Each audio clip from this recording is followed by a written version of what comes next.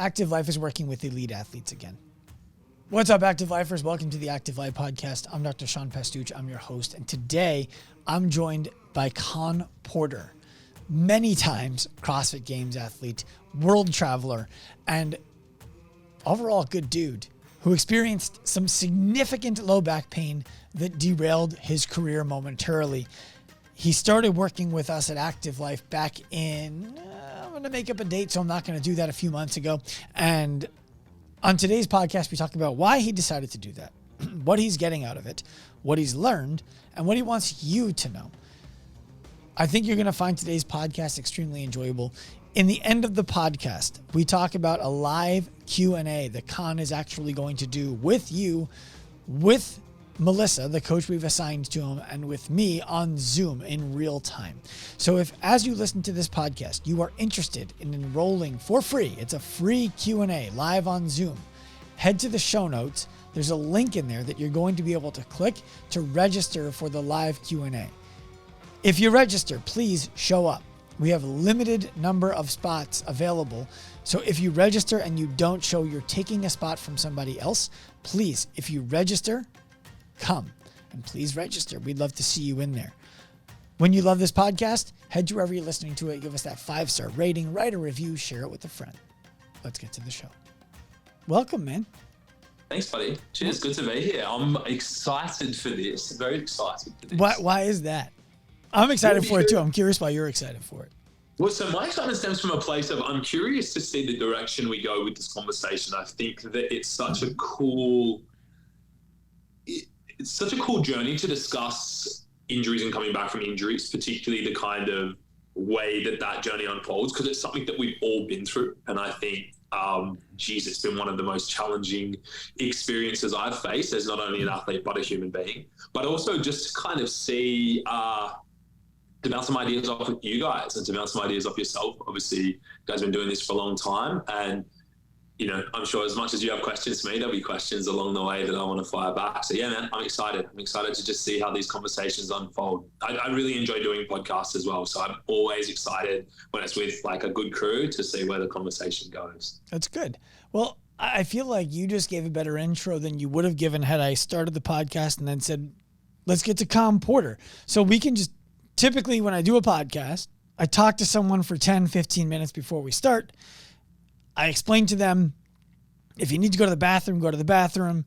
If you said anything that you're ashamed of, we can pull it out so you can speak freely and not worry about it. In the end, I'll ask you if there's anything else you want to talk about that I didn't give you a chance to describe.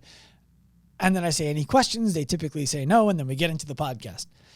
Fantastic. But I feel like we skipped that, and we don't need to go back and do it. Would you agree? Yeah, man, I think we're pretty good to go. This is rock and roll. All right. Well, Con Porter, do you have a direction you would like this to go? I know you said you have questions. No, let's rock and roll. Like, I think the less direction, the more interesting I'm sure this conversation will become. I had a feeling that's the way that you vibe. I like that. That is exactly the way I vibe. So let's start with this, because I think this will feel out of left field. Why the painted fingernails?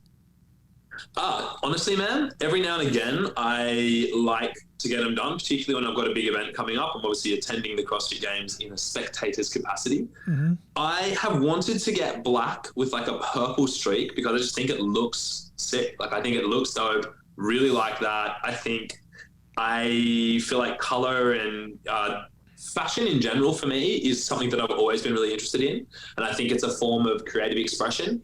I don't particularly, with my fashion choices, I'll make some interesting ones, but I don't think I particularly trend towards that androgynic or even like kind of more effeminate style. But I've always really liked the way that quirky painted nails will make an outfit pop. And I've just kind of thought it for a while. I wanted black with a purple streak. And then we went yesterday and it's this kind of cool, it's like black and it's got a purple kind of like star, looks like the night sky across there. So yeah, I dig it. When I saw that there, I thought that's the star for the time being. I don't always have them painted, but I'll do it every now and again. Are you friendly with Sam Dancer at all? Yeah. I know Big Sam. He's the first guy I ever met who was painting his nails, and I remember asking him that question. And if I remember correctly, he did it because it was like it was something against bullying. Yeah. And then it just, after that, I feel like I've been seeing it all over the place. Well, yeah, I think there is that element of it too. There's that kind of push, particularly for people. I mean, like Sam is the epitome of masculine from an external perspective, like big, strong, super fit guy. And then there is something kind of empowering about doing something that doesn't adhere to those traditional masculine norms and being so comfortable with it. And I think it tells a really good story and sets a great example for young men as well. And so I think, Sam Dancer is such a king in that aspect as it is. So I think that him doing it, I'm not surprised that he's one of the first guys who've been really out there doing it. Yeah. It takes a guy who would compete at the CrossFit Games on a broken fibula to be the first guy doing that kind of stuff and make it easy. I'm not saying you needed someone else to do it first. Fashion trends are inspired by seeing them elsewhere, and I think it has been. There's been a few guys that I've seen just rocking them and been like, damn, that looks sick. Like, why, I like the look of it. Why don't I start doing it? So, well, you've got me thinking about getting like a banana hammock and wearing it around the house. Bro, mate, hey, if you ever need one, I know a brand that can look after you, man. Jimmy will ship you some. Don't you worry. I appreciate that over you offering to send me a used one. I thought you were going to say I got a bunch of extras, so I'm glad it didn't go there.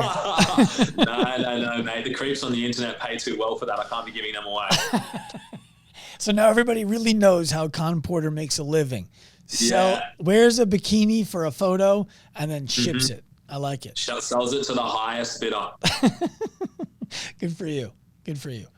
Con, you have been bouncing around the world, man. Australia native. Lived in Europe for what, like 4 months you were living there? Last year was 7 months. Okay. Then I've been back over that side of the world for about 4 months of this year as well. Last year was 7 months in Iceland.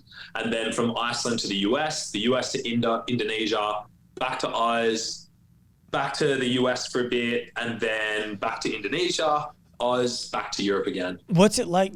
What is it like to live that nomadic lifestyle? It's something that in a lot of ways I envy. I'm like, I would love to just not have an address where you can find me. You have to ask me all the time, if I'm going to send you something, what's the address? And at the same time, I'm like, I don't know how I would do that. Yeah, I think it takes a particular type of person to be able to do that lifestyle. And it certainly has its ups and downs. And when I say a particular type of person, I mean someone that is able to still function in a very disorganized world, which has been my life since I was a kid. But also, there's good and bad. It is the idea that I can wake up on any given day and usually I'm on a one-way ticket to wherever I've been and just take off to wherever else in the world I want to go to, kind of at the drop of a hat, which is cool. I love that. There's the less glamorous side of that, though, that is people somehow equate the fact that I'm living abroad as I must have a whole lot of money. I don't. I make I'm a CrossFit athlete. I get by. And so there is the other side of that, which is, staying in some shonky places every now and again, figuring out a way to kind of as the money gets closer to the end of the month, when I start to get paid, making sure I've still got enough to get from A to B and all this kind of stuff. And, it isn't this kind of high roller lifestyle by any stretch of the word. But I think when I was a kid, I had this goal that whatever I wanted to do, I wanted to be able to travel. I've always just put such a high value on travel. And I've always been someone that's very experientially driven towards seeking new experiences. And funnily enough, when I started CrossFit, I was a travel writer. So I was a journalist for a travel startup. And so I had these grand ideas that I would get sent all over the world to write. And then who knew I'd get sent all over the world to do burpees quickly instead. But, I figure I'm not going to be able to do this forever. I'm not going to have the means to be a professional athlete. It's one of those things that it does have a timestamp on it. Thankfully that timestamp has been extended working with you guys. A little harmless plug there. But that's something that I'm conscious of. And so while I do have the opportunity, I absolutely love it and I want to make the most of it. That said, if there's one thing that's being on the road for the last, I guess for the majority, I was traveling a lot prior to COVID, but since mid-2021, I've almost been on the road since then without spending more than, say, 4 or 5 weeks back home at a time. With that, I love it. I've had such an amazing time. I am ready to kind of kick the feet back and settle down somewhere, I think, in the near future.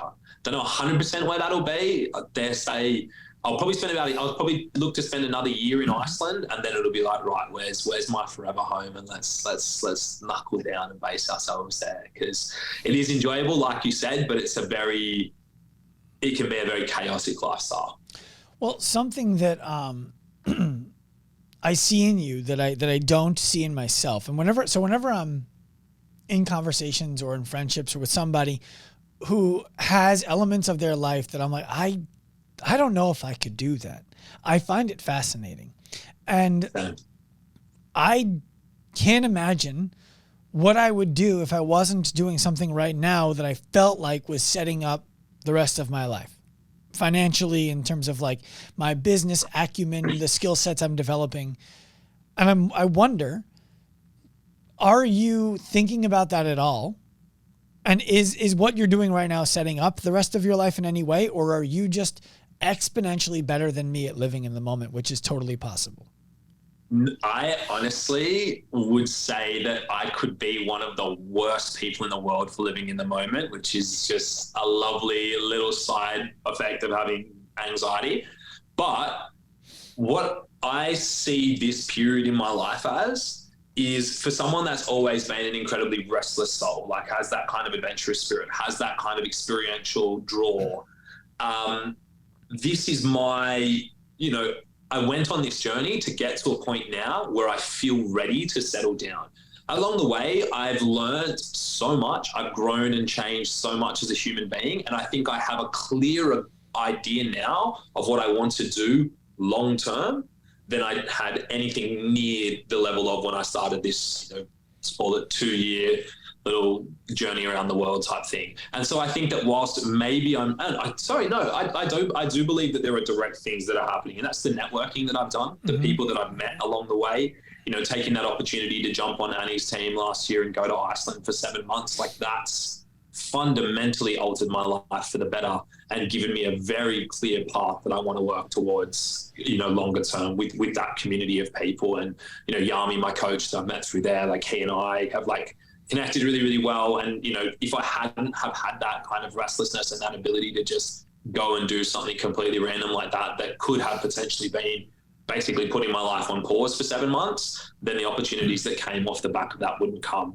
So the people I've met, the connections I've built, and the opportunities that have come from that, and how they've shaped what I now know I value and what I now know I want to do long term, I think has been, I don't know if I would have been able to do that without doing what I've done for the last 2 years. But like I said, I'm very much to the point now where I'm like, let's find me a good girl, let's find me a place to settle down, and let's start layering. I want to build a life with someone somewhere rather than just continuing to bounce around. But again, I wouldn't have been able to do that without the last 2 years, I'm sure of that. What is the thing that you think you want to do long term?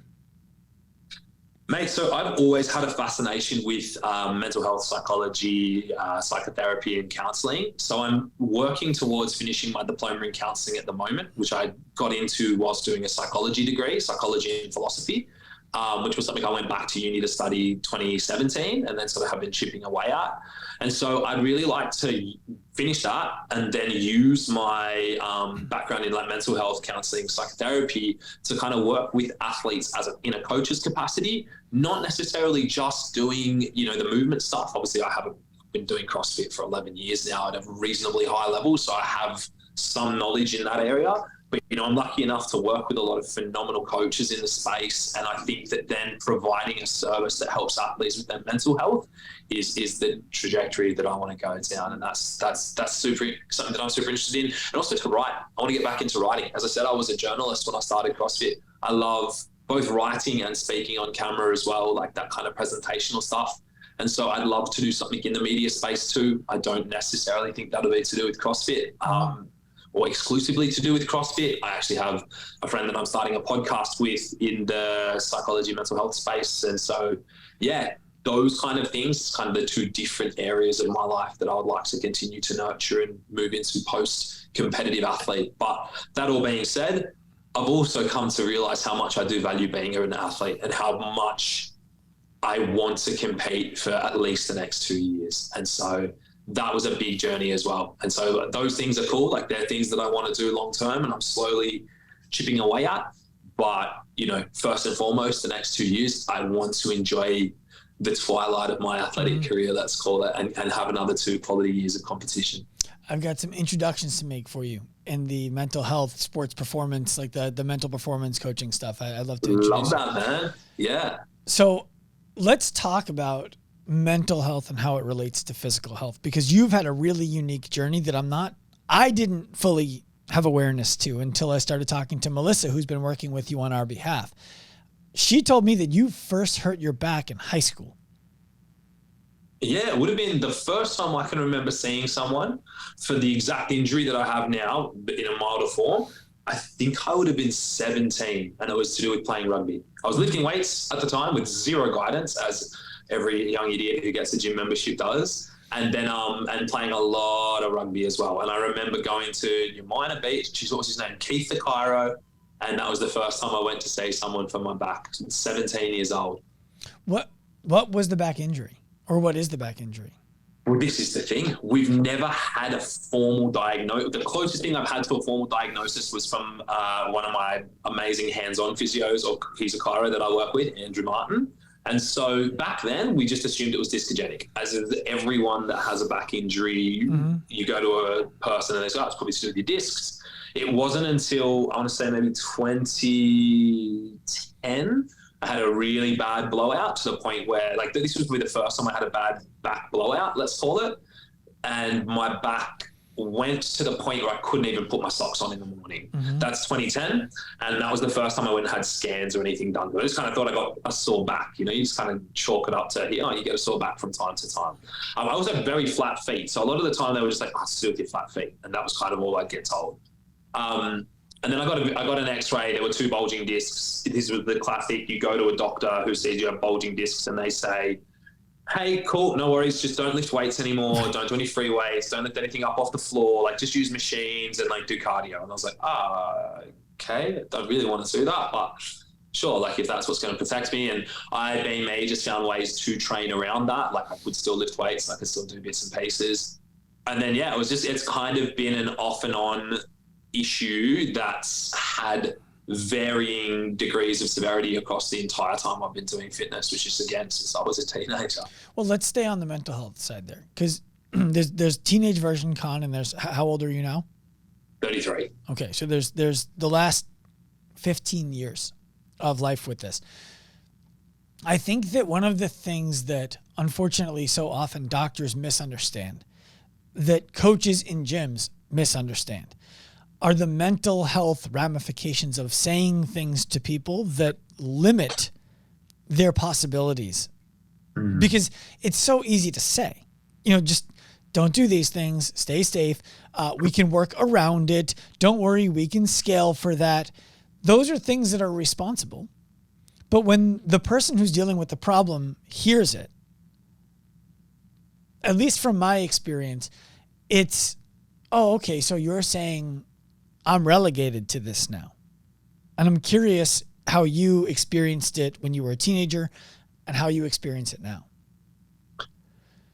Yeah, I think as a teenager, I was just every young, dumb male, let's go with, and I got told, don't ever do this again. And I thought, cool, if it doesn't hurt, I'm going to do it. Even though you said not to do it, fuck that, I'm going to do it. You think you're invincible at that age. And I guess,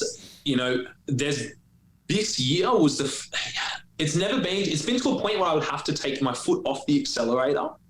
And that was always mentally challenging, always mentally hard to know. I think particularly in the early days, I'd do 3 quality weeks of training, then I'd have to have a week or 2 of almost very, very reduced volume or what I couldn't do. But I don't know, I don't think it ever... It's one of those things now, and I said this to people before, I'm so used to living in pain, like in some degree of pain and discomfort, that it's almost second nature to me. It has to be, and there's probably something in that's made me so good at CrossFit and so kind of well known for my ability to just suffer through, the really physically painful workouts, so to speak. And that's purely because, this goes back to playing rugby at 17 years old, having to kind of adjust my lifestyle around when my back would get hurt and sore. And it truly has just become so second nature to me to wake up in some degree of pain in some part of my body, most likely my back and hips, which is the kind of chronic areas I've had, that it almost didn't register as something which fed into kind of my mental health. I've also had, acute mental health issues that I've battled with. And so maybe that's taken some of the focus off the physical. Until the first time I seriously heard it was 2019. And then that was mentally challenging, having to go back to scratch. But even then, it was nothing compared to this year, when this year hurting it has had the most profound on my mental health, because it didn't just, in the past it was sore, and almost 2 weeks afterwards, I could gradually start to do things again and start to see myself making meaningful progress forward with the back. This was like 4 months of 2 steps forward, 3 steps back, of just not being able to move my body at will, not being able to do this thing that's been a central part of my life, my identity, my mental health, the way I've worked on my mental health. Fitness and movement has been something that's given me a sense of purpose and an outlet to kind of help with my mental health issues. And to have that taken away, being able to compete taken away from me, that sucks. Mm-hmm. And it's shitty to sit a year out when I was really, this time last year, I was in insane shape, the best shape I've ever been in by a long shot, to the point where my coach and I were talking about setting our sights on trying to top 10 at the games this year as an individual. That was our goal this time last year, and it seemed like a realistic goal. And, now I'm squatting for the 4th week in a row after 6 months, essentially not being able to put a barbell on my back and to go below parallel without horrible pain. So this year was the biggest, even though, my mental health is so much better than it's ever been, this was still the most challenging year for me mental health wise. And I think if I hadn't have already done the work on my mental health, it would have been very easy for this injury to completely derail me physically and mentally for a long stretch of time. But I don't know, it sort of just became second nature to be living in pain, quote unquote, up until this point. I believe that there's a necessity that if someone is going to get out of pain, they have to believe that it's possible. Mm.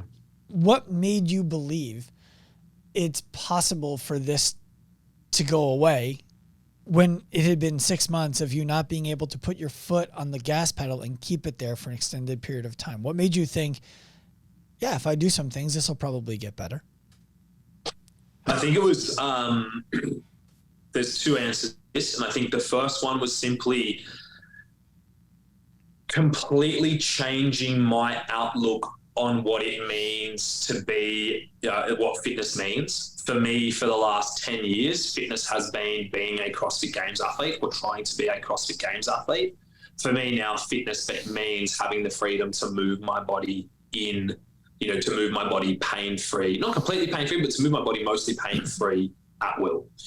Changing that definition then completely changed my mindset around training, and knowing that was my new goal, and that was as important, if not more important to me than ever going back to the CrossFit Games again. Now, that's not to say that's not a goal, but if I can, and having that shift in my mindset made me realize, right, now you're in a position where you're mentally ready to do the work that's required to just get yourself out of pain, to be able to move your body again freely without that stress of ever having to compete. Letting go of the idea that fitness to me was going to the CrossFit Games and was now about getting pain-free. It's a massive mindset shift for me, because for all the kind of faffing about I do, for the larrikinism and all that kind of stuff, if I set my mind to something, I fucking do it and I get it done. And I've always been that way. If something is of high enough value to me, I will fucking make it happen. And that's the thing. There is other things in life, and people can kind of say I'm a bit laissez-faire about a lot, but it's not high enough value to me. If it's high enough value to me, I will make it happen. Look at how I've had this career because every year it's been high enough value for me to figure out a way to get back to the CrossFit Games and to keep myself competitive. So once that became my goal, I was so certain that I would be able to get there. Now, that's not to say that I was certain all the time. Holy shit, I've had some shitty days. Excuse my French. I will swear. Okay. You can swear. You can swear. Yeah. I mean, I've had some really fucking tough days, man, where even on the path, and particularly the early days, I'll get to that. It's the second part. But some days where I'm just man, I'm doing everything right. why am I in pain today? Why has this movement that's not hurt before now caused me this discomfort? Why am I not actually, why is that either stopped or progressed? But then moving on to the second thing, why do I now think that it's possible? It's just like, for the first time, I started working with you guys and I started working with Mel. We did the initial assessment. We did the first few weeks where I was like, what am I even doing? I'm stepping over a band. But again, mindset shift from I need to be a CrossFit Games athlete training like I want to go to the CrossFit Games to let's get you pain-free. And if that all you can do right now pain-free is step over a band and step back the other side. We had hip card stuff that I couldn't even do because it was too painful at the start. It was so cool to step over the band. Let's do some unloaded dead bugs. Let's bend forward and just hold a kettlebell in front of you. As these were these things that, like, I just, having released that outcome of fitness being going to the games and being able to stick to this program. Also, just the fact that Melissa's so fucking good at listening to what my feedback and adapting the program on the fly, and just having that trust in a coach, which again, that comes from having worked with Yami as well and developing, just blind trust in a coach before. And then seeing slowly, and it's still slowly, but it's fucking still something, that linear progress, little bits of progress. Oh, this doesn't hurt. I'm below parallel now. This is great. Oh, I'm pulling from the floor and my body's not shaking anymore. Like, there's small little things that are taking me in the right direction. Now, if I was to look at where I'm at currently and look at, what everyone else is doing athletically, I'd be terrified. It would be horrifying. And I would most likely be going into that gym and being like, let's just snatch today and see what happens as well. But I'm not. I'm so dedicated to following that process. And I have that complete trust in what I'm doing in the gym to be moving in the right direction, which comes from, first of all, getting those results, but then also secondly, just like the relationship I built with Mel as well. And so I think that's the two different ways that I now believe that, yes, like that being pain-free is possible. And I think that blind trust in a coach is a cool thing too. And that's a point that I want to kind of I think particularly when you've been in the fitness game for a long time, you can start to, and I'm certainly guilty of this, start to look at what you're doing in the gym and start to think about I just don't understand this, or why don't I change this? Why don't I change that? And I'm so guilty of program hopping and 75% of the program, 25%, maybe 50% of the program, 50%, what do I feel like on that day? Being forced into an environment last year where I had to just completely do exactly what I was told and nothing else because of the environment I was in Iceland. And the results that I got from that, from working with Yami, Tikin, and the training plan, my God, I'm so willing to blindly trust these people that do know more than I do. And, every time I've done that, I've seen that I get consistent results. It just keeps you trucking along. Well, I think you've called it blind trust. I think that there's earned trust there. That's a better way of putting it. The reason why I wanted to split that hair is I want to learn what Melissa did to earn your trust, because you've never even met her in person. She works at Active Life from Florida. I'm in New York. You're in Iceland. Well, right now you're in Tennessee, but you follow what I'm describing here. I want to learn how somebody earns the level of trust where you just say, got it, I'll do it, I'll report feedback, and we'll pivot from there.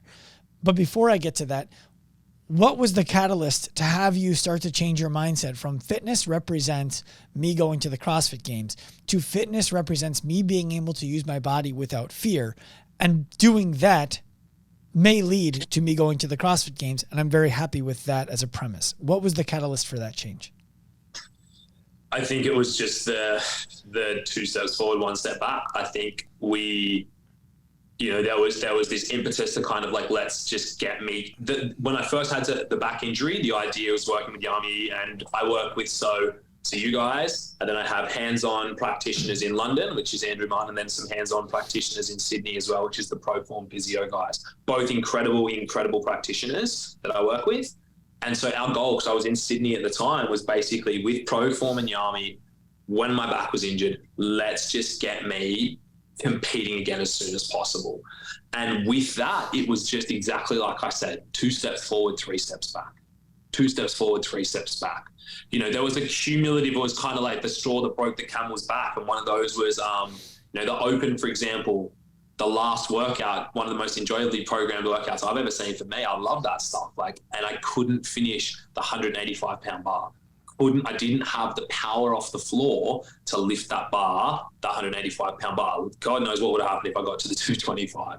cool, that's fine. Let's get you through the quarterfinals. You'll still be able to do the quarterfinals. And the idea was always like, no matter how injured I was and no matter how messed up I was always going to make the semi-finals, and then we just figure out how to get me from quarterfinals to semi-finals, so I'm in as good of shape as possible, and then I probably just scrape through this semi-finals and go to the games. That was kind of the mindset then.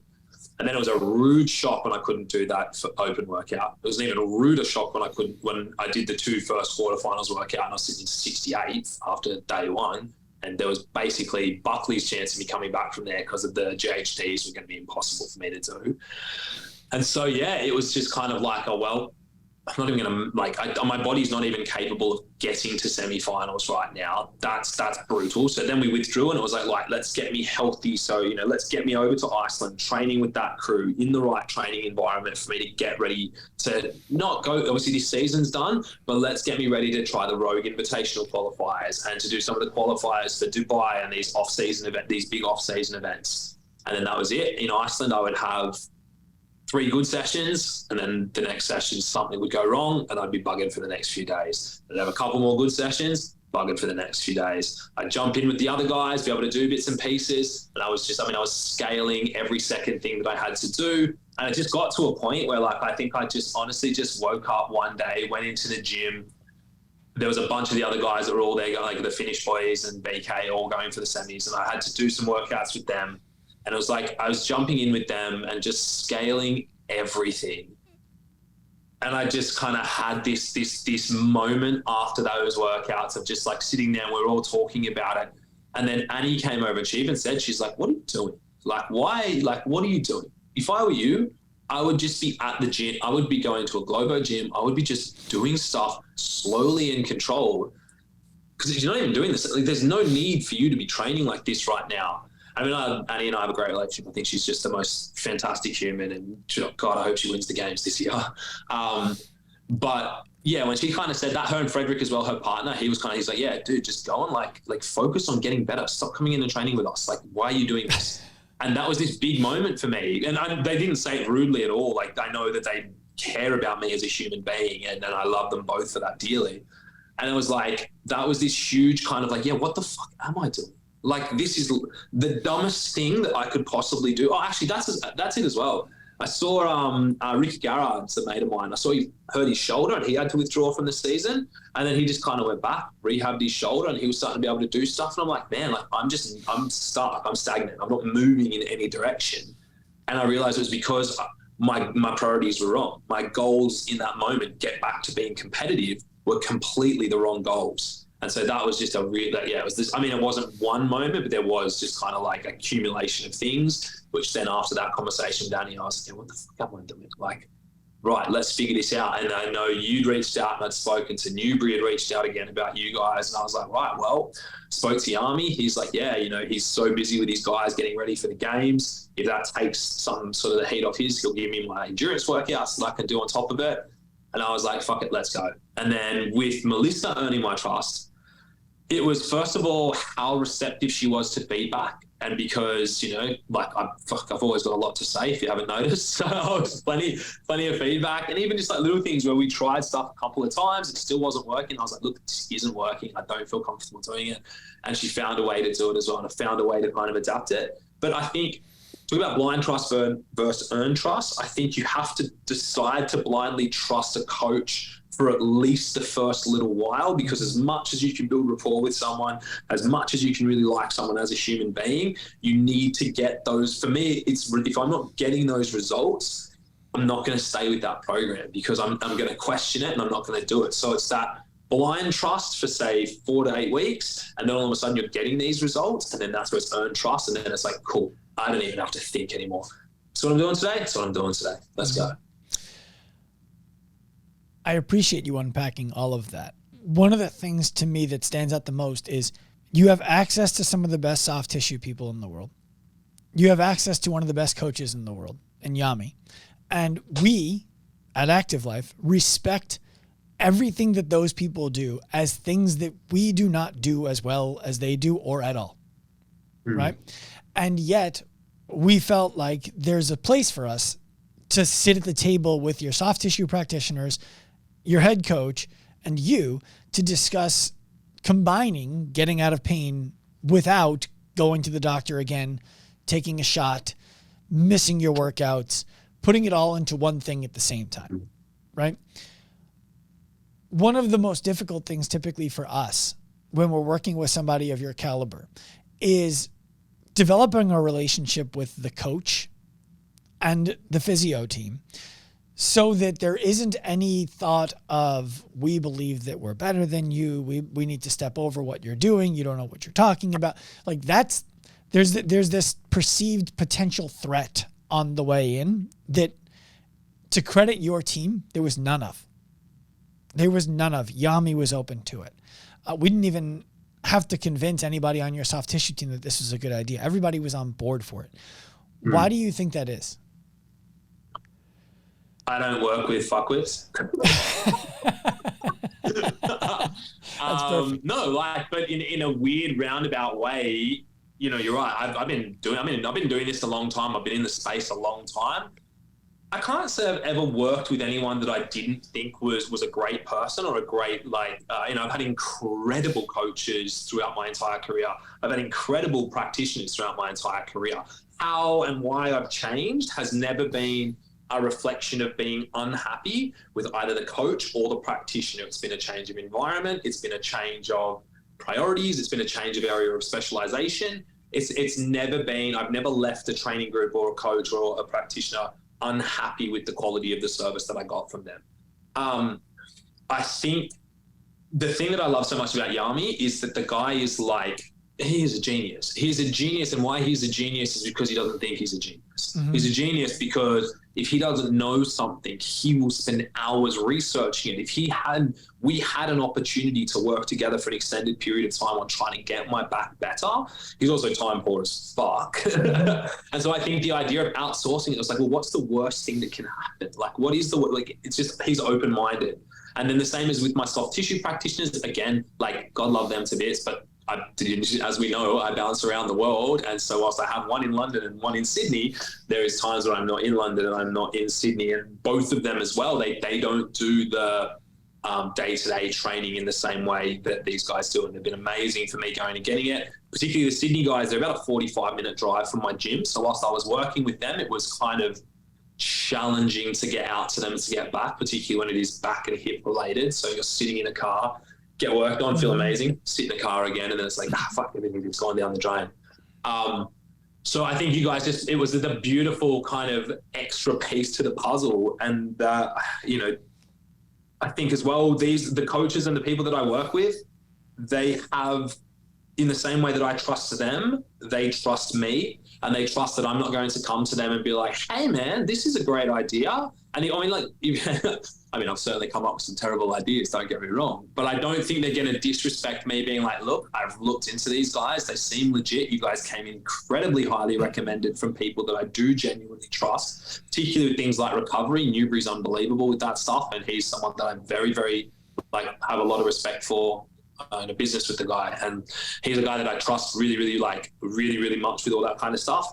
And so he was a big kind of candidate. And then, it's so funny how when I started working with you guys, I started to post more about how many people reached out and just kind of said, they're unbelievable. They're amazing. You're doing the right thing.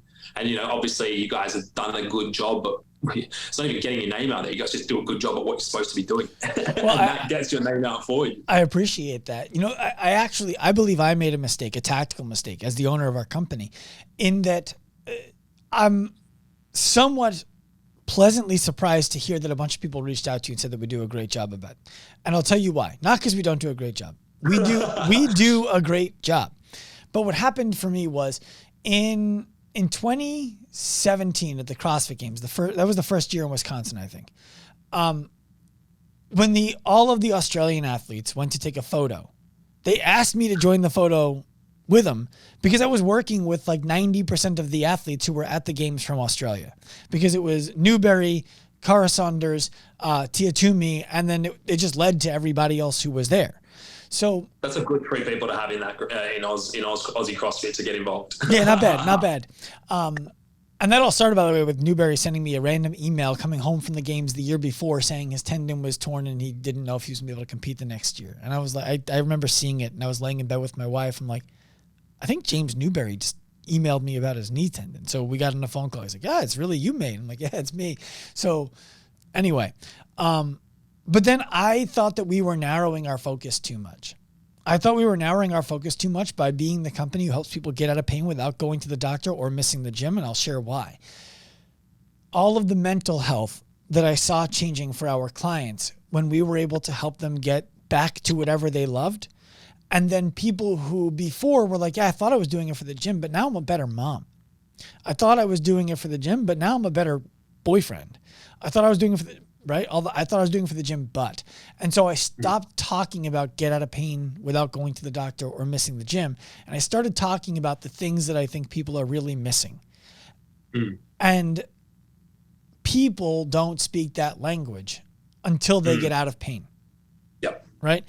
And so for 3 years, it's been a slog to keep the company at the rate that it was at before because I got less specific about what we do. Yeah. So it's refreshing to hear that people are reaching out to you saying you signed up with the right people. Are those athletes, Instagram followers? Who's reaching out to you saying that we're a good choice? Athletes, for the most part, just other athletes that, I chat to in conversation, but even just, I get the random DMs here and there. I was just like, oh my gosh, I've worked with so-and-so. Oh my gosh, I did such and such with them. Oh my gosh, this helped with my, this, that, and the other. Like the random people as much as the athletes as well.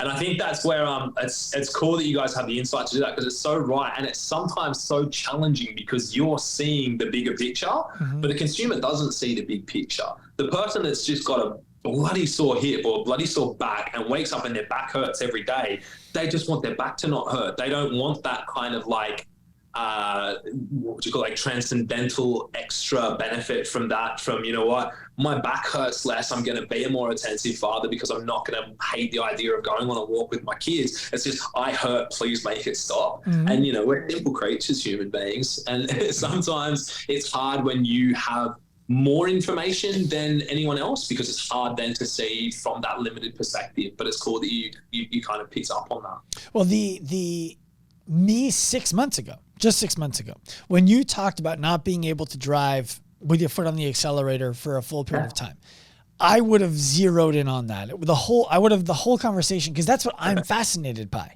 Yeah. I'm fascinated by what went through your mind when you did that. Did you ever think that you wouldn't be able to drive? Did you ever start to notice, oh, it's happening here too, so I'm starting to lose that activity? How does that make you feel? Does it change how you interact with friends and family? Like, that's where I'm so fascinated by that because I know that stuff permeates all different areas of life. The difficult thing for me is parsing out, that's for me, that's for the audience who are genuinely interested in how is Con Porter starting to get out of pain. Sean, shut the fuck up about his foot on the gas. Find out how he's starting to feel better. And I have to remind myself to have that conversation with you. Yeah. No, I agree, mate. And it's interesting even just listening to that because one of the things that I did notice about you guys, the language you use in your coaching, that was one of the questions I had, was like the language you use in how you coach and your like motivational style of interviewing is so cool. And it's unlike a lot of any other organization that I've worked with or coaching group that I've worked with. And I, being the way that I am, I like the balance that you guys have between hey, what's the issue now? What can you see as a flow-on benefit? Because for me, I'm someone that I lean into it. I'm like, fuck, well, actually, yeah, like, let's go. And so, yeah, like, I'm curious as to how, well, you kind of just answered that question for me. So we're talking about that balance and looking at this is what we want to think of A and then B and then combine the two, like what's the present and then what's the future and what can look like. I would love for you to ask the question that you think I already answered because I'm curious if there's more to the answer. Which is, where did you come up with, what was it that made you realize that what you needed to do was so much more than simply what's the problem? Cool, here's how we're going to fix it, and take that more holistic approach that you guys do of like, let's look at this from a perspective of, I want to know, how this, you guys, there was a lot of like really, really awesome interviewing techniques, like really coaxing me to dive deeper and talk about how it would feel to overcome X and how it would feel to kind of go that. And going down that path, I mean, it shows a level of it's a type of coaching that doesn't happen a lot in this space. I haven't found anyway. Yeah. And so where did you guys like pick that up from? And what was it that made you guys want to go down that path rather than just saying, hey, let's do X? What's wrong? Cool. Here's your screening. Let's do this. Hopefully you get better. I love that question, and I want to answer it for you completely. So it started off where I was a one-man band for a while. And like in 2018, I decided to leave my clinical practice. And it was 2013 through 2018 that really people started finding out who we were.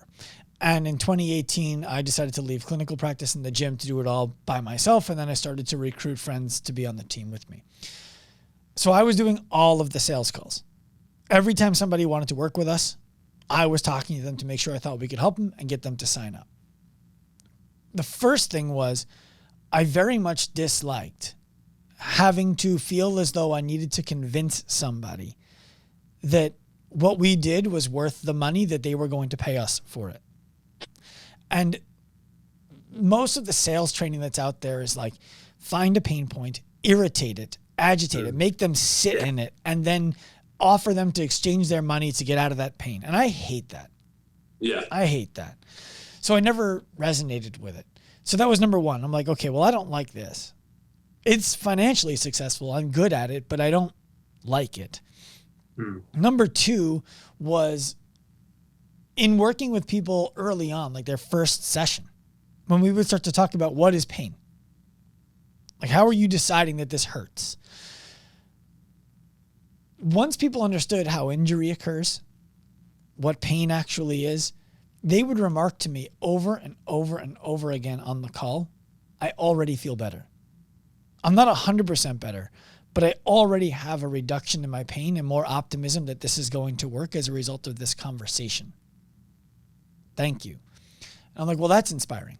I wish I could have had that conversation before they enrolled, because then they probably would have just enrolled off of the social proof that they experienced. So the next thing is, how do we stop being in a sales position and get into a buying position so that the person who we're talking to, who's considering working with us, is actually the one making the sale and we're making the purchase? What I mean by that is we want you, Con Porter, to sell us that you believe we can help you. And I got that. I can hand on heart say that was almost, I wouldn't have been able to articulate it like that, but exactly what you described is exactly how I felt in the initial kind of few weeks of liaising with both yourself and Melissa. It was really cool. I love to hear that. Thank you. The most common thing that happens to somebody after they purchase something that they feel like is expensive and uncomfortable to buy is they start swirling with doubt about the decision that they just made. Was that the right decision? Should I have done that? Oh my God, I could have spent it over here. Are they actually be able to help me? Now I'm out all of this money. That's where people go, even though in the moment they were 100% certain this was going to work, right? And so now what happens is, as soon as they start working with the staff member, they're more difficult to help because they're hyper aware of every little thing and they're looking for confirmation that they made a bad decision. You follow? Yep.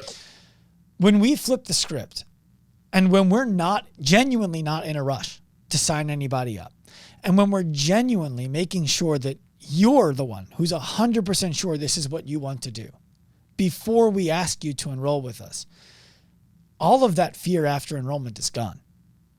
Because you convinced us to take you as a client. So we're in a position now where we can just get to work. And that has been such a relief in terms of the way that we're able to work with and acquire clients. That's where it came from. It was, we're a feel-good company, and we want to feel good and in alignment with our values on everything that we do. The way we were selling before, despite it being financially successful, did not feel in alignment with our values. So we had to change something. Cool. I love that. It works so well. And it's such a brilliant, I'm glad I asked the question, because I think that's a really cool thing as someone that would be potentially looking at investing in your services, understanding that initial process. And because it blew me away. I was like, man, I want to know more about this without prying and being like, why are you asking that? I love this question, but why are you asking that? And I think that's such a cool thing for people to kind of know and to see that. And as someone that has been through it, and as I said, can say with no kind of sense to gain nothing out of saying that, but like I really did, I felt that, and it was what was so intriguing about you guys and so different. And I really, really did like it. So that's cool. Thank you for answering. You're welcome. In the future, ask why. You don't have to worry about, I don't want to inquire about why they're asking me this. We want you to ask us why we're asking that. I'll share with you a story that I think will explain kind of how we got to, like, all right, let me back up a step. I think that one of the things that we do different that makes for a really good experience for the client is sharing what to expect and then delivering on what we shared you should expect. Because if we said you're going to be out of pain completely in 2 months, and you weren't, you're like, well, this sucks. It didn't work. If we say you're going to be able to pull off of the floor just without shaking and without fear, but not necessarily heavy weight after 3 months, you might say, okay, that's something I can look for. Where most of the time it's like, hey, we're going to work with you until you feel better. Well, how do I know if it's working? When I was working with Lindy Barber back in 2017, I think it was, or 16. It was 16 when she was first on the team with Rich, or second year on the team with Rich. She had severe back pain. And I remember telling her, if we're going to be successful, she calls me freaking out. I can't do anything. What's going on? This is in December. I'm like, I'm sorry. I did a bad job giving you the heads up. Here's how the season's going to go. You're not going to be able to participate with the team in activities until after the Open. The Open's going to come around. You're not going to score on probably 4 out of the 5 workouts. Are you cool with that? And she said, yes. I said, great. That's the Open. By the time you get to regionals, there were still regionals, you are not going to be in pain, but you're going to feel like you're lacking the conditioning, the strength endurance, if you will, because we won't have been doing it for long enough for you to contribute to the team in the way you're used to contributing to the team, but you're not going to hold the team back. Are you comfortable with that? Yes. Great. By the time you get to the games, you're going to be the most physically fit person on your team. And she said, okay, good. That's all I needed to hear. Maybe 3 days later, Rich posts a workout that's like, hey, Team Mayhem is going to do 1,000 wall balls for time without letting the ball touch the ground, 2 balls in the air at all times. Come watch. I texted Lindy right away. I'm like, you're not doing this. She's like, no, I know. So long story short, everything that we discussed happened. Mayhem takes second place. Rich blames himself because he had a knee injury that wasn't allowing him to train the way he wanted to train. Monday, I get a text from Rich. Can we work together?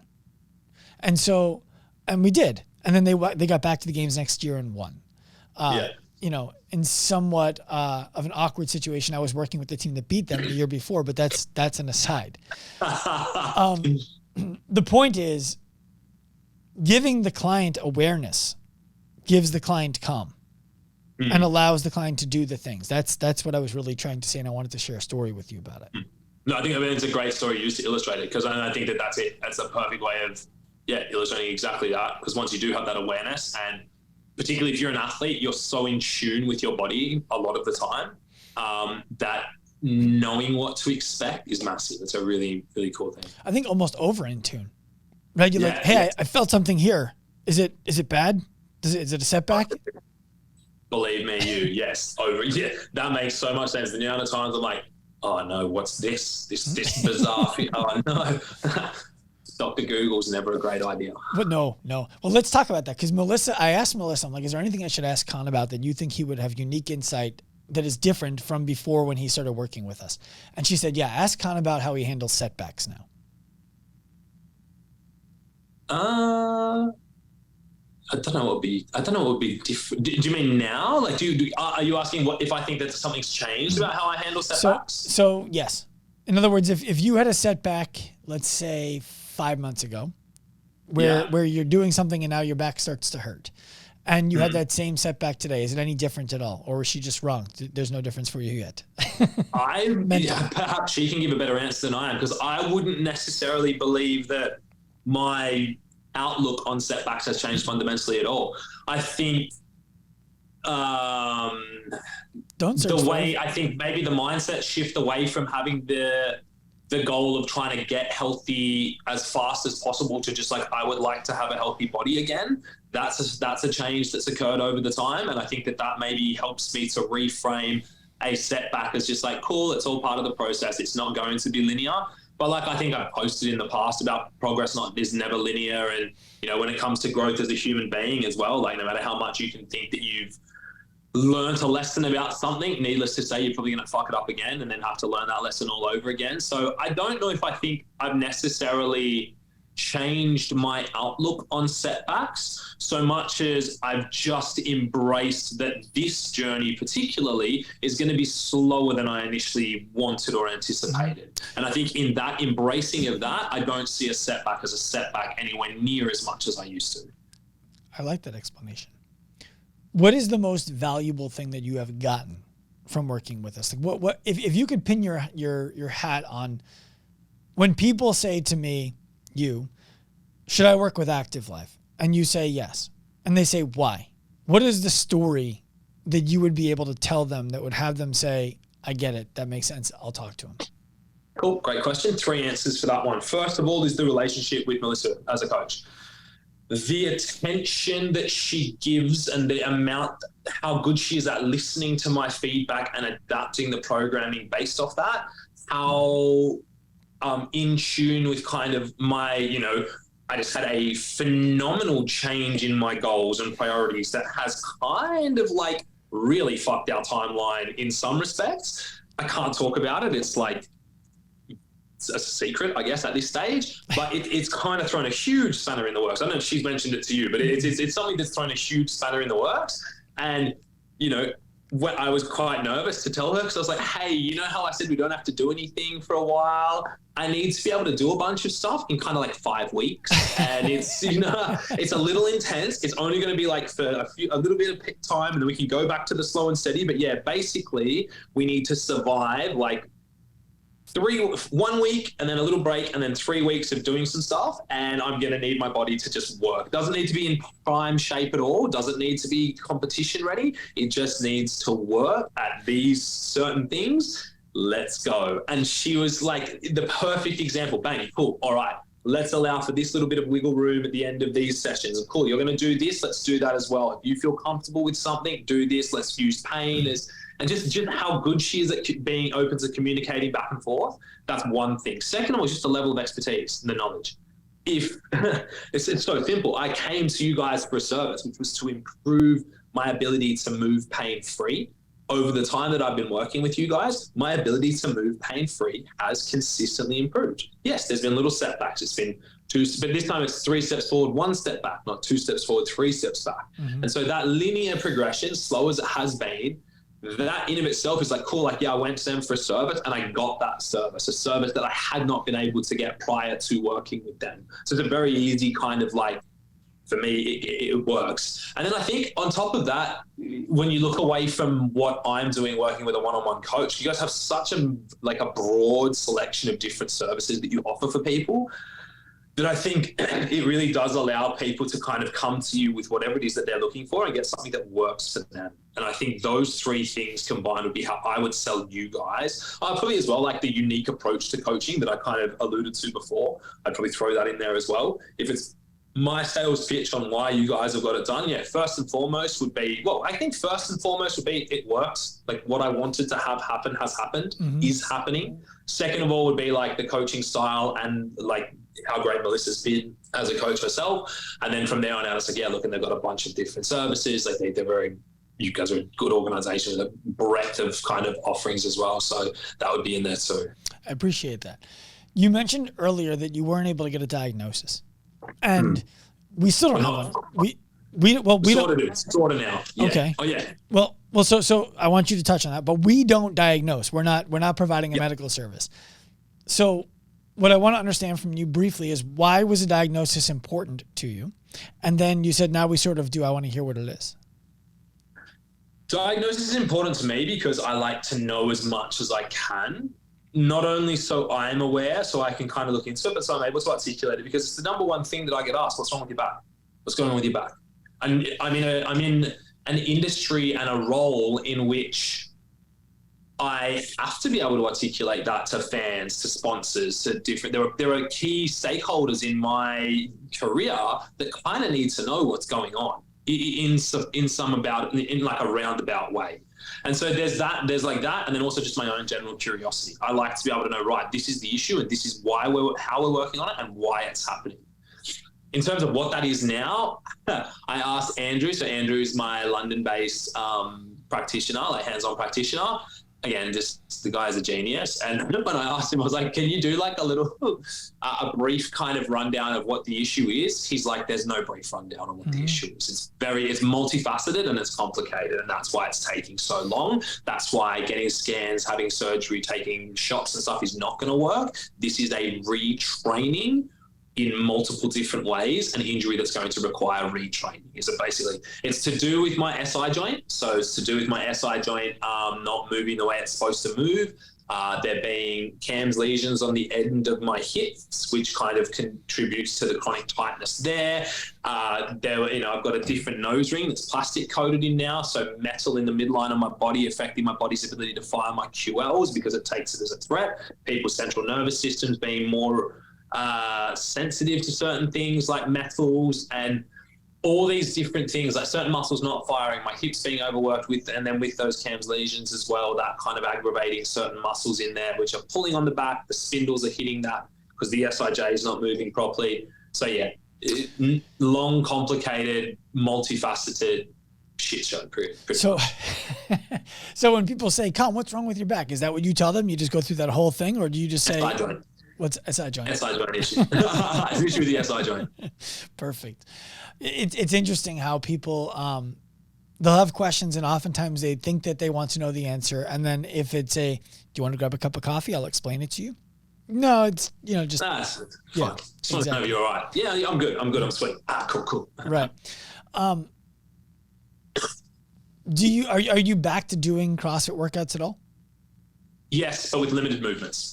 Okay. Kind of the movements, obviously all movement is dynamic, but nothing explosive yet. So I'm not doing any kipping because the other thing is I got an elbow injury midway through this whole kind of process. So we've talked at length about my back, but when my back went was at the end of last year in Dubai, I injured this elbow.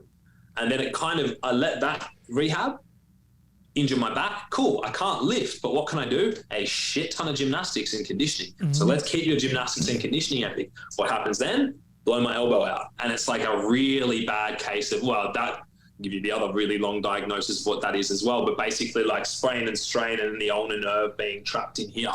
So that kind of threw a whole other spanner in the works, which again, Melissa so beautifully has jumped in and added to what we're working on. And even just giving me the autonomy to kind of continue to test that. Because that was the main thing I was just in London getting fixed was my back. Was working with Andrew on my elbow, not my back. My back. It's just kind of been all up to you guys, and it's been said linearly progressing in the right direction. So this was just let's get the hand-on treatment to that. So that limits what I can do in terms of upper body and lower body stuff. But yes, I'm slowly starting to do CrossFit workouts again. I did a workout the other day which had 24 kilo Russian kettlebell swings, wall balls, bike, dumbbell step overs, burpees, and a rower. And it was just like, this is a workout like that you'd probably be not even the RX version of a class workout, or maybe the RX plus version of a class workout. And it was so enjoyable to do the thing that I love again, just to do some CrossFit again. Because listen, I've done a lot of bike erg over the last 6 months. I do enjoy it, but fuck, I've had enough. I want to move my body again. So yeah, I'm certainly not able to just go and wildly jump in on any old workout, but I have been able to start doing CrossFit again. Start doing workouts again, start doing loaded movements again. We're not Ollie lifting yet, not doing any kipping gymnastics yet, or any, like a lot of gymnastics volume yet, just on the elbow, but we're getting there. I'm curious your opinion. When I was in my prime working with a CrossFit community, I'm talking 40 athletes at the games in 2017. It was like my Airbnb was like a walk-in clinic. I was in it. I was watching the games. I knew about all the events. I knew who the athletes were. I knew who their coaches were. I knew who their coaches' wives were. I had relationships with all of these people. I owned an affiliate. I was doing CrossFit every day. I genuinely understood that market maybe better than almost anybody else, because I understood what it was like to be an athlete. I understood what it was like to be a gym owner. I understood what it was like to be a coach. And I understood what they were doing at the corporate level because I owned a business. Right? I'm not in that world anymore. And I'm curious how in that world you believe we at Active Life need to be in order for that world to believe that we can help them. Well, it's tough. It's tough because CrossFit is one of those beautiful niche little communities where CrossFitters love stuff for CrossFitters. Right. And there is that kind of mentality. But I don't know. I don't think you need to be, kissing the ring of the CrossFit higher ups to necessarily be in that world. I think what you're doing is the right thing. Work with the right people that are in that world and then get them to kind of speak about it. But no, I don't know. I think that's a weird question. I think it depends if you want to get, and it also depends. Is that the demographic you want to get back into? Sure. Or is it? I don't want to get back into doing it. I personally don't enjoy doing CrossFit as much as you do, but I want people who want to be able to do CrossFit, who can't today, or who have been told we can scale that and have been scaling it for 6 months or a year. I want to help them, and we have the skill set to help them. I'm just curious your opinion, because what you said is exactly right. Like RX Bar was the first product that came to the CrossFit space and hit exit velocity, right? They sold to General Mills for like $400 million. It started off as a guy making fig bars in his gym, or date bars in his gym. Our Instagram account is Active Life RX. That comes from being inside of a CrossFit gym. Yeah. And when I was talking about Olympic lifts and gymnastics and single leg strength and high, that's when everyone was like, this is the company. This is the company. I'm more interested in the bigger picture stuff. And I'm just curious your thoughts on whether that plays in the CrossFit space or not. Well, I guess it didn't. Yes and no. I mean, what was the catalyst that we already spoke about for me being willing to kind of step into the mindset I needed to take a very slow and steady approach to improving my body and stop viewing, a setback as a major derailment on the road to being able to compete. It was stopping caring about competing. It was completely changing my mindset away from being an athlete to a let's get your body healthy. And so I don't know how easy it is to get CrossFitters, because what CrossFitters are so good at is justifying an excuse to keep doing CrossFit. And so I don't know how easy it is to get them to buy into that conversation if you aren't cemented in that space, and if you don't kind of have at least tools and assets at your disposal to show them, hey, here is your goal, is to get this, and these are the CrossFit things you can't do. I loved the way that you explained the Lindy Barber scenario, where you were like, hey, like, you can't do X. By this stage, you'll be able to do Y, and then you'll be able to do Z, and you'll continue to progress like that throughout the season. I mean, that's how you sell to CrossFit. You sell to CrossFitters by telling them CrossFit. And that's just how you get involved in that space. So yeah, I think it's a good question. And I think it's a question that, it just depends on the trajectory, and it depends on how you want to go about that, whether it's en masse or whether it's working with very specific individuals that are able to tap into that mindset. Or maybe you add a little mindset stuff in there where it's like, hey, let's suspend the idea of being a CrossFitter for a while, as challenging to your identity as that may be, and look at what, having a functional body. And I think you're already on the right path of that with the way that you do those kind of like, what can't you do right now? But maybe you shift it from what can't you do holistically within your life to like, give me a rundown of what you can't do in the gym. Cool, you can't pull from the floor. You can't do high rep gymnastics. You can't do high rep squatting movements and stuff like that. And speak the language that they want to speak, which is in the gym doing CrossFit, because that is their life. Yeah. You mentioned in the beginning that you had questions that you wanted to ask me. Did you get a chance to ask them? I did. Like I said, I think a few of them have been touched on, and the main one was that one about the language and the coaching style that you guys use. I'm happy that that's something that you found valuable, because it's something that we spend a ton of time on. that you can tell, which is cool. Thank you. And it doesn't always have a direct like, oh, this is a thing. In fact, recently we were talking about how we've been working to create our own language for a long time. And we keep working on it. And I was reflecting the other day about, do we actually have one? And I realized I think we do have our own language. And the problem that we have is we've been speaking it. And for a lot of people, they don't speak that language yet, and we're not giving them translations. So you sharing that is validating, and I appreciate it. Yeah, I mean, it's almost akin to some of the stuff in the mental health space. Obviously, being, I should be finished my counseling diploma within months. And so you do a lot of learning how to motivate, like how to interview within the context of a counselor, client, or as a therapist, basically. And a lot of the language did seem quite similar to stuff that we learned. And I thought that was really cool. Con, is there anything I didn't ask you that you'd like to share? No, I think it's pretty good, man. I think we've got it's cool. Good. Good. I'm excited to do a Q&A with you where we invite some of your followers up to chat with us. Yeah, I think so too, because I think that's where as well, we've spoken about a lot of stuff, but I think we didn't go into too many specifics, and I like that because I think that gives people the opportunity to come and ask specific questions. Because I think that there's so much more value we can provide, and it'll be really fun to do that. It'll be really, really fun to do that. I agree. I will put we actually have a scheduled Q&A. Instead of announcing the date and time, just in case if it needs to change, I will put it into the show notes. So people who are watching this podcast or listening to this podcast, head to the show notes. If you want to go to a Q&A, ask Con questions yourself. We're going to be doing that in the middle of August. Right. Yeah. Sounds good, man. Can't wait. All right, Con. Thank you for coming on the show, my man. I'll make sure people know where they can find you in the show notes. Cheers, buddy. Take care. Bye. I hope you enjoyed this episode of the Active Life Podcast. Please remember, give us a hand, rate it, review it wherever you listen to shows. We are on a mission to humanize the healthcare industry by professionalizing the fitness industry to empower the individual to live a life unlimited by the way that their body looks, feels, or performs.